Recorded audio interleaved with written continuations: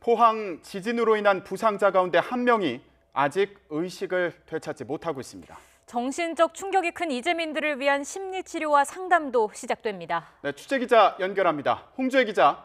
네, 행정안전부에 나와 있습니다. 네, 중상자 상태가 어떻습니까? 현재 병원 중환자실에서 치료받고 있는 것으로 알려졌는데요. 78살 여성으로 옥상에서 떨어진 돌에 맞아 뇌 수술을 받았는데 아직 의식을 회복하지 못한 것으로 확인됐습니다.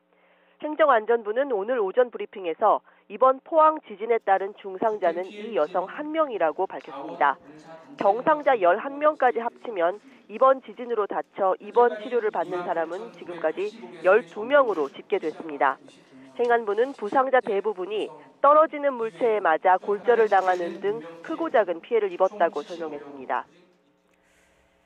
이재민 숫자는 얼마나 됩니까? 현재 임시 주거시설에 머무는 이재민은 1,797명입니다. 행안부는 여진 등으로 불안한 주민들이 대피소를 찾아오기도 해서 집계 시점에 따라 이재민 숫자에 약간씩 변동이 있다고 설명했습니다. 이재민들은 포항시 흥해 실내체육관 등 9곳에 대피해 있습니다. 식사와 모포, 간이침대, 방한용품 등이 제공되는 가운데 정부와 지자체 등이 이재민에게 LH 임대주택 등을 지원하는 대책을 마련하고 있습니다. 또 지진에 따른 육체적, 정신적 불안감을 덜기 위해 오늘부터 전문 인력을 이재민 임시주거시설에 투입해 심리회복 상담과 치료를 진행합니다. 네, 그렇다면 포항시를 특별 재난지역으로 선포하는 방안은 어떻게 진행되고 있죠? 포항시의 경우 피해액이 90억 원 넘게 발생하면 특별 재난지역으로 선포할 수 있습니다.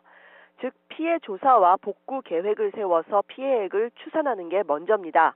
정부는 이번 지진으로 학교와 항만시설 등의 피해가 커서 피해액이 90억 원을 충분히 넘길 것으로 예상하는 분위기입니다. 과거 사례를 보면 특별 재난 지역을 선포하는 데 걸린 시간이 일주일에서 23일까지 다양했지만 당길 수 있는 여지가 있다고 밝혔습니다. 포항 현재 상황이 심각한 만큼 최대한 신속히 절차를 밟겠다는 뜻으로 풀이됩니다.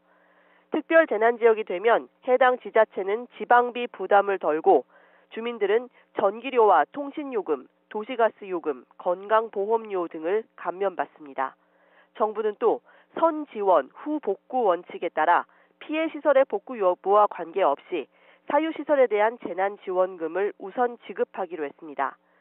지자체 예비비 등을 활용해서 주택 전파는 900만 원, 반파는 450만 원 등 기준에 따라 재난지원금이 지급될 예정입니다.